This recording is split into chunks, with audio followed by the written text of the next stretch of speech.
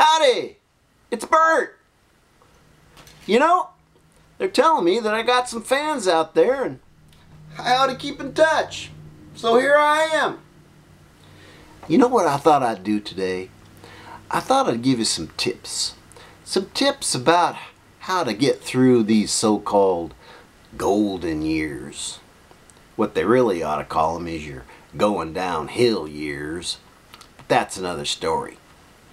So I wrote down the tips. I had to write them down.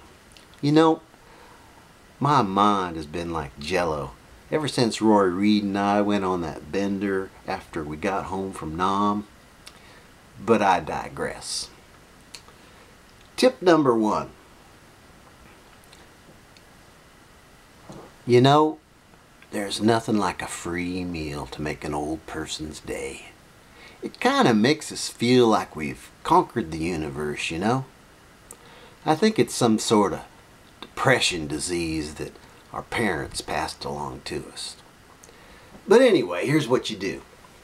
You go back to where you used to work and you find one of your former co-workers.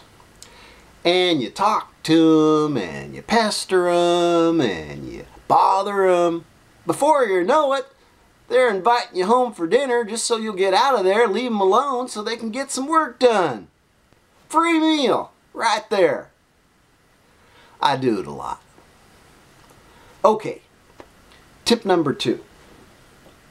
Oh, you know, you really got to get into this computer, social networking thingamajig. It's not so hard. You can do it. You see, by the time you're finished updating your Facebook page and Twitter wittering or whatever it is and sending some trashy forwarded emails to your friends, half the day's gone by. And of course, that's what we're trying to do. We're trying to make up for all the time we couldn't goof off when we had to work for a living.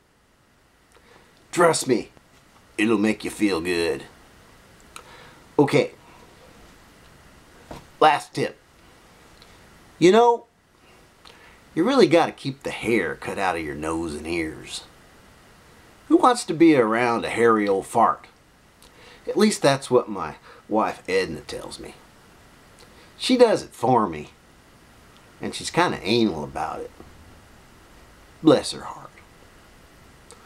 Well, I guess I'm all out of nuggets of wisdom for today, but I'll be back. And until then, save one of them donuts for me. Bye.